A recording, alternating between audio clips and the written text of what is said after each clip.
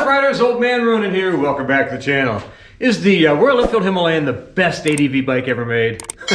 There's some things to talk about. Stay tuned.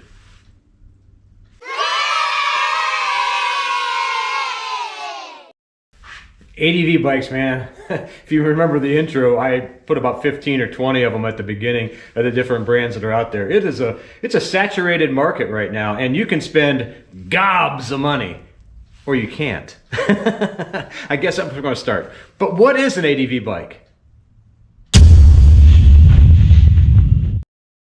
I guess it's pretty straightforward. An adventure motorcycle or adventure bike is basically one that's purposely built to let you go on and off-road. Usually they have a larger front tire, like a 19 to 21 inch, a little thinner, so it'll go over obstacles a lot easier. It's got long travel suspension, sturdy fortified frames, powertrains that offer a lot of low-end torque, and pretty much a lot of other stuff borrowed from rally-style motorcycles. Anytime you're considering an ADV style motorcycle, you have to understand or first decide what you're going to use it for. If you do primarily highway riding and back road riding, maybe an ADV bike isn't really the one you want to have. But if you're going on rough roads and gravel roads, or taking it moto camping, or getting on the Trans-America Trail or the Trans-European Trail or any of the off-road trails throughout the world, then that's something that you should be considering. A motorcycle that's going to be able to handle all those roads. You know, like Royal Enfield says, all roads, no roads. I'd say number one thing to look at is the engine. The ADV bike's engine is probably the most important thing to consider, because you need to know what size engine you need, the horsepower, torque, as well as how it's going to handle fuel economy. The engine is critically important. I'd say another aspect is the tech. There's motorcycles like the Pan America from Harley Davidson that has a tremendous amount of tech in it. It's got riding modes. It's got for off-road soft to off-road firm. It's got comfort levels, so it can isolate you from the, electronically isolate you from the rough road conditions. It's got the semi-active suspension system, which reacts to your vehicle speed, your suspension position, the acceleration, roll, angle, rate, throttle, brake. Literally every possible thing. There's technology for it. And I guess what they have is 5 pre-programmed profiles, which are baked into each ride mode. You're talking about something that's got high amount of tech. It even has a feature that when you come to a stop, it'll lower the bike down so you can put your feet on the ground easier. You have to ask yourself, do you need all that tech? A couple other aspects. Is it off-road ready? In other words, can you take the bike as soon as you get it out of the dealership and get off-road? Whether it's gravel roads like you're seeing right here, or it's off-road in some dirt trails or deer trails or what have you, or like the Trans-America Trail. Can you go right away? What do you need to add to the bike before you can actually make an off-road adventure?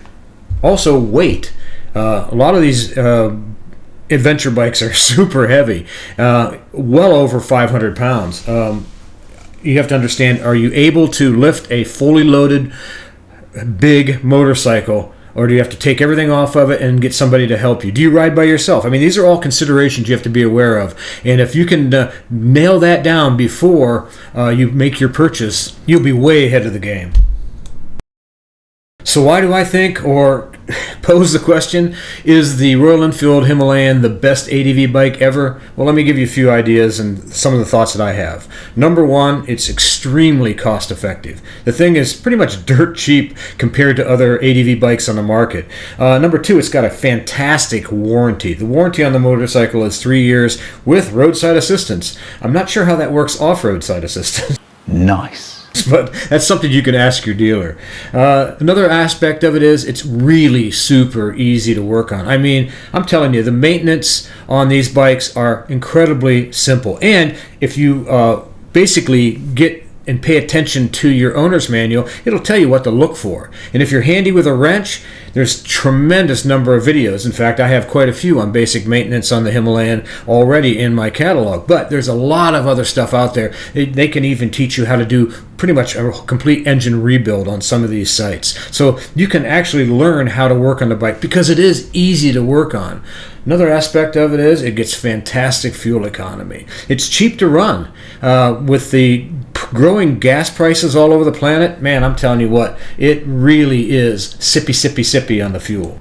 But I think the final aspect of it is why I think it's the perfect ADV bike, because not only can beginners have a blast on it, but also seasoned veterans like myself. You can take this motorcycle and go literally anywhere you want it to go, except for 90 miles an hour on the highway. You're not going to do it that way.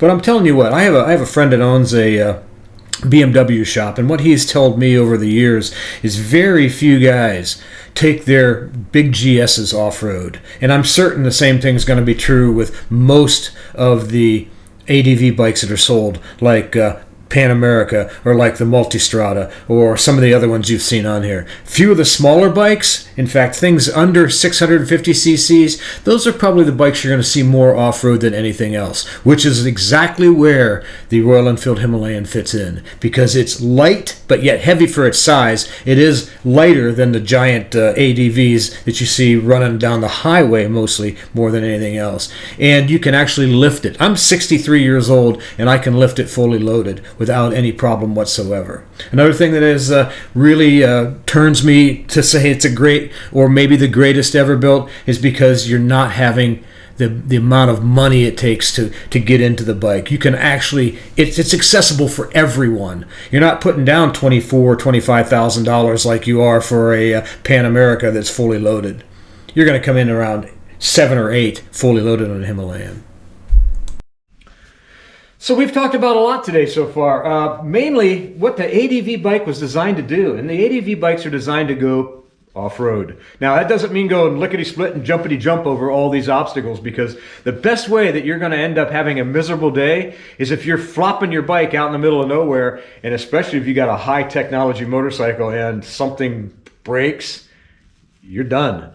With something like the Himalayan or other bikes that have low technology, you can pretty much fix it or get it home with ease if you know a little bit about basic maintenance and keeping an eye on stuff and not abusing your equipment.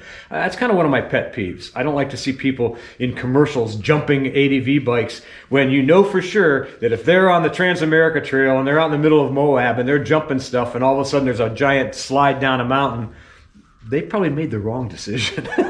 ADV bikes, the reason why I think the Himalayan is such the perfect ADV bike is it doesn't have that high, super high top end, but yet it has a tremendous amount of grunt, that low end torque that'll get you pretty much anywhere you need to go.